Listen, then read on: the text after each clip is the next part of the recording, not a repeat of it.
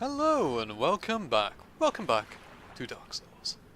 We are here back in this area where there used to be a Hydra. There is no longer a Hydra here. Unfortunate, but true. This is of course the area where we went and first met Dusk. She was inside the Crystal Golem and now she's over there as a summon sign. But things are a little bit different now. How different, you may ask? Well, there's this weird little swirly, whirly vortex of ominousness just around the corner. It looks ominous, so naturally we should go up and investigate it. It is, after all, our job as the Dark Souls police. Right next to Dusk's spot. This appears because, of course, we just cleared Seif's area and we picked up this thing. Yeah. Distinct air consisting of both reverence and nostalgia. Originating from lunacy. Picking up, this thing appears. Well, I don't see anything weird and dangerous about this. Let's have a look, shall we? I mean, what could possibly go wrong?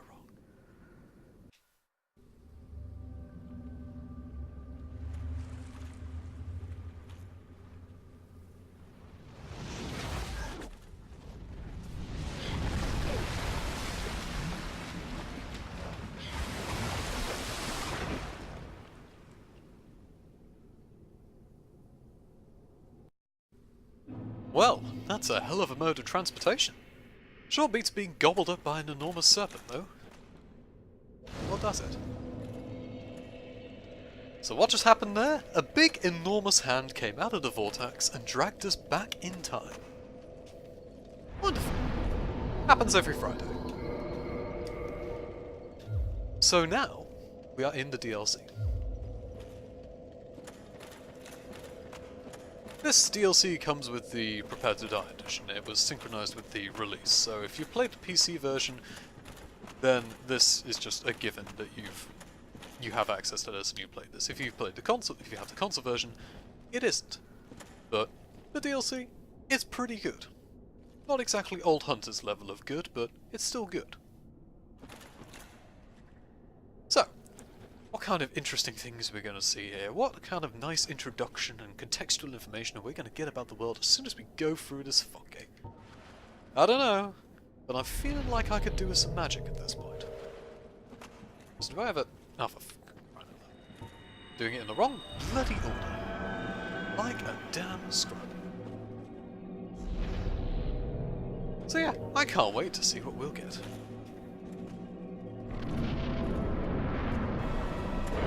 Hey! Big old lightning manticore thing.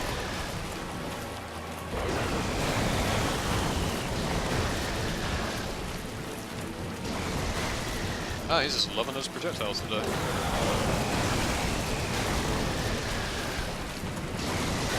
Yeah. And he does a lot of damage. There's no... Don't recommend underestimating him. And he can be pretty vicious up close when he wants to.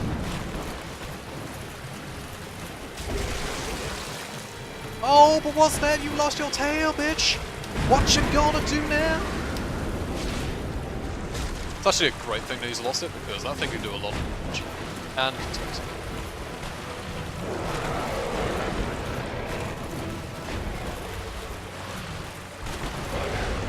So yeah, he combos pretty damn quickly, and quickly turn the tide of any fight you're in with him. So you gotta time your dodges pretty quickly, or you're gonna eat shit. And rolling sideways is not terribly advisable, it's just an old habit. See? You mistime your dodges and he will just one-shot.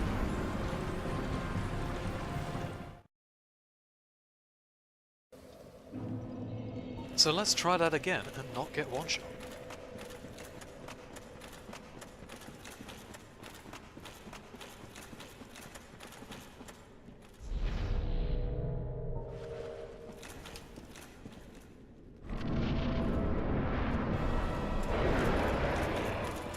can't remember how much humanity I had when I died. I don't usually keep that much of a track.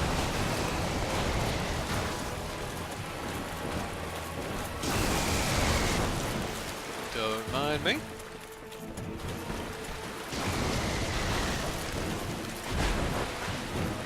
What are you gonna do? He can combo that to a 4-hit attack, if you're not careful. And he can do that. The good thing is, that move is crucial. That move is a fantastic move to see. Because it has a lot of recovery. The crucial thing is just avoiding getting hit as much as you can. Particularly that damage charge. Because it doesn't take much to misread them. Oh crap. And you don't want to get hit by that.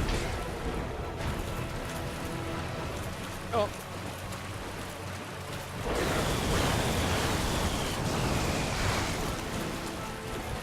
Hell of an introduction, eh? Oh yeah, there's an AoE on there. Very annoying. Oh, what's that? You wanted to slap me with your tail? Oh, that ain't happening. That ain't no.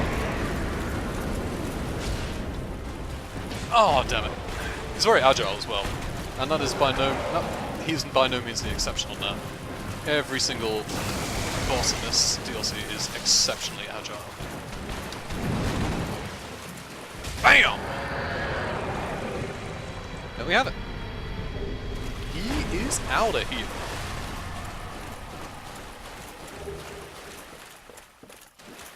And we get a humanity for our trouble.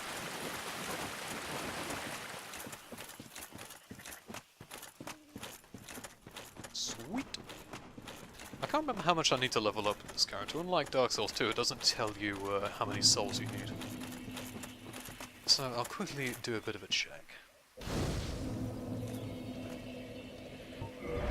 Only a bit. The good thing about the Guardian Soul, let's have a quick look at it first. Soul of the white-winged lion sanctuary watchkeeper, dreaded the spread of the abyss. The Guardian exhibited traits of several animals other than lions, suggesting it was no ordinary beast, but rather closer to the beings known as demons. Ooh, spooky. Some experimental demonic chaos shenanigans going on. What significance does that boss have for the story? Absolutely none. It's just a cool boss. Just a cool boss.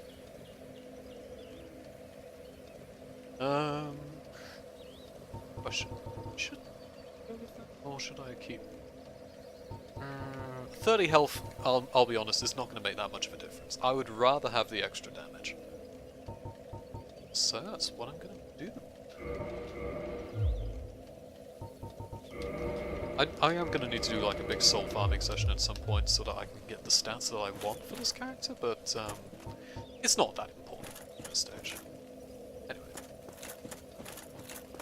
Here we have a perfectly ordinary mushroom. Perfectly ordinary. Let's say hello to the perfectly ordinary mushroom. Well, look at this one. From what faraway age hast thou come?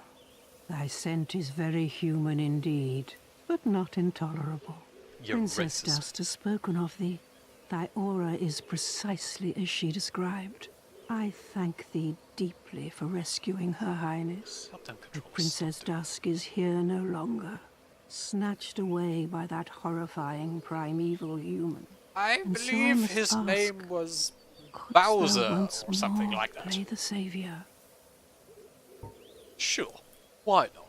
It's practically a hobby for me. Thank you.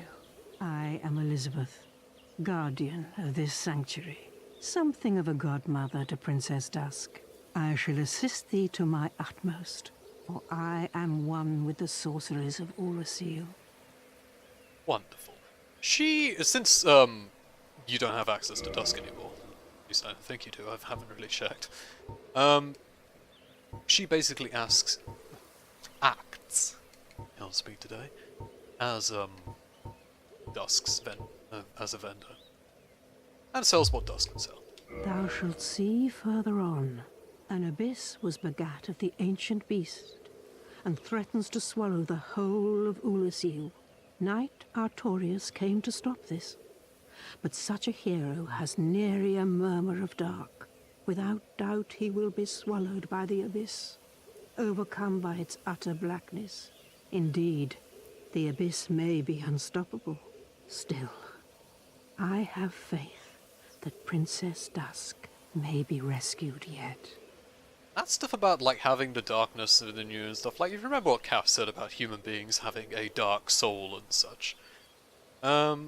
Basically, the best summary I've heard of, like, how the souls thing works in this game is that humans basically possess a dark soul, which is, like, humanity, physicality, all those grimy, dirty, dark things and all that stuff.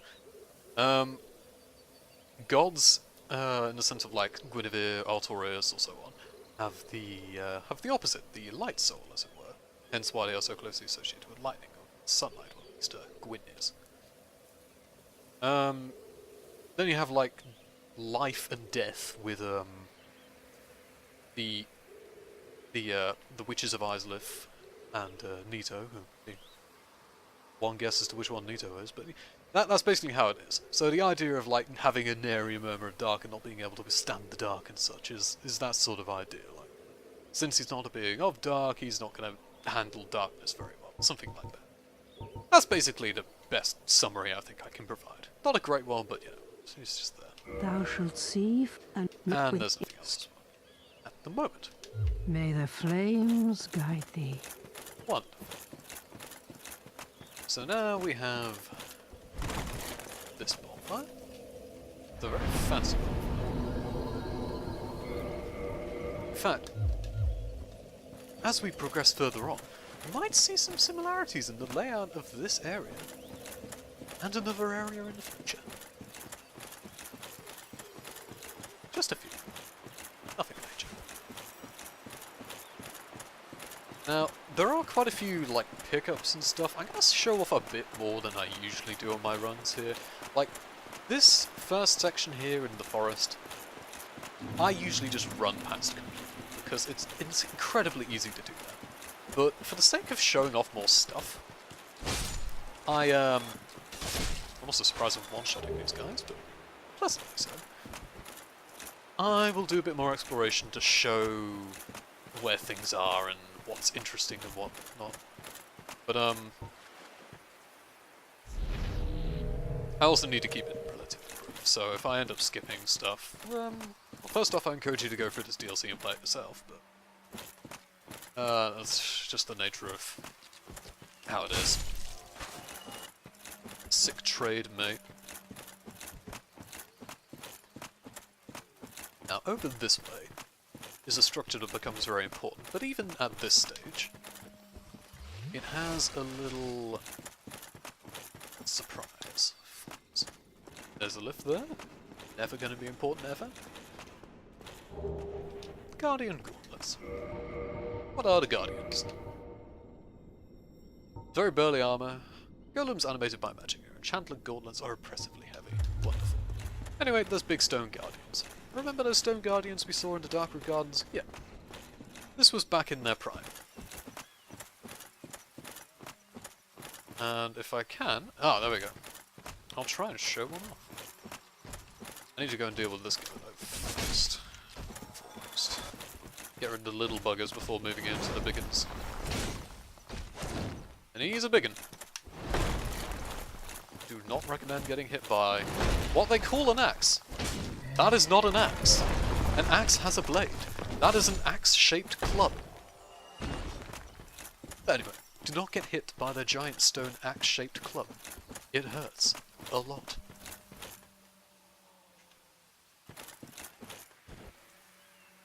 Did I pull one of them? That's a move. This is where things like throwing knives or bows have become very useful, but I don't really have anything like that. I'm just going to be rather cautious. Oh yeah, they miss their running attack, they fall on their ass. It's wonderful. Yeah, even if they don't.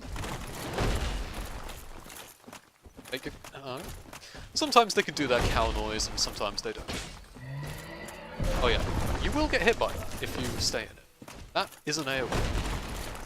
Helps to be aware of that.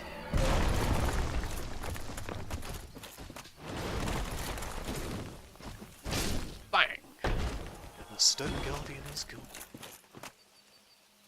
So yeah, as you could probably expect from where I picked the gauntlets, the armor of these dudes is scattered around all over the shop. There are a lot of items in this area. There are also a lot of enemies. So just be wary.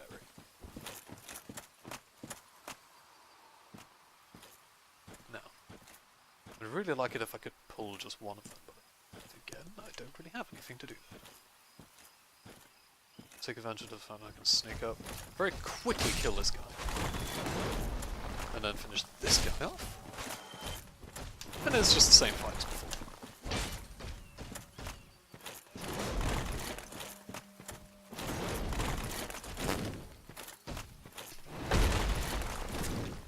Gotta love them iframes.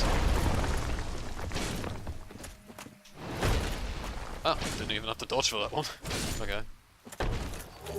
These guys used to be really, really scary back in the day when I first went through this area, because they would hit like a truck and they didn't behave like any other enemy.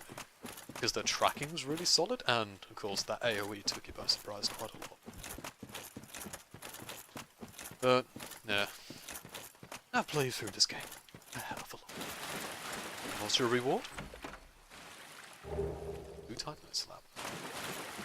I'm not sure if I mentioned it before, but that's for, this is for upgrading magic and enchanted weapons. Not really meant for this character, but it's there. It's there. Not sure if any of these have any, like, really interesting, lore bits about them. Not really. Anyway. Other than, like, a dragon scale, perhaps, but that's basically like, oh, dragons! Majestic! Such magnificent creatures. Oh. Oh.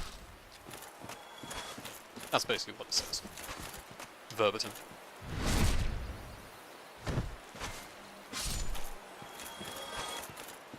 So yeah, that's cleared out. You can run through there if you want. I do not advise doing it. Because funny enough, there are a lot of enemies. Instead, like a lot of things in Souls games, scout out, take your time, and do things.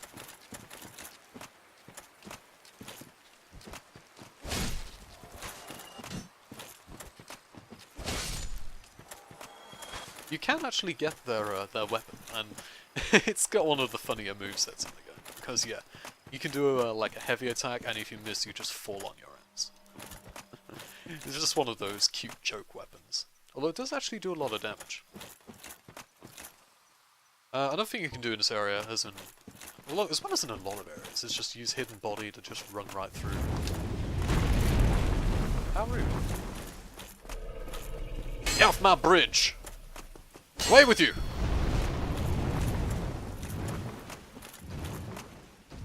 Actually, I don't want to hang around too long, because there is a guardian who drops down here. I'd rather not tango with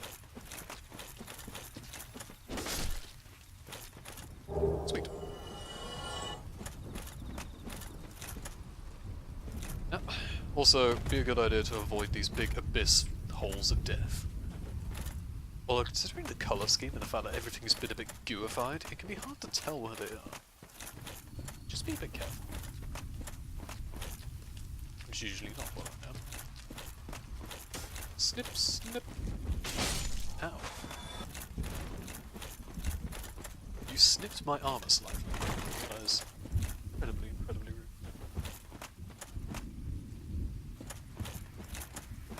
Also, if I miss anything here, it's legitimately because I've forgotten where things are. Like, I do not usually go through this area so extensively. This is the exception.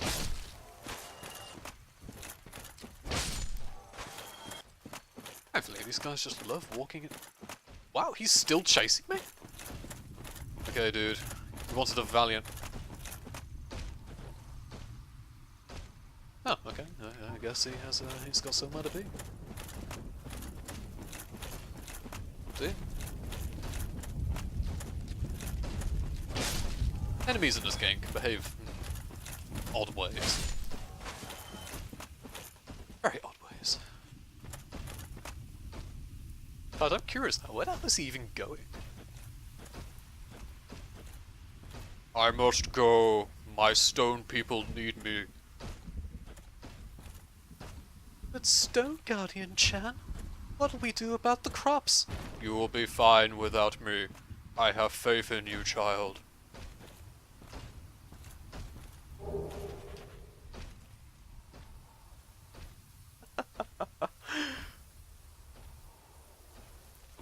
Okay. Yeah, like I said, enemies can behave in strange ways in this game.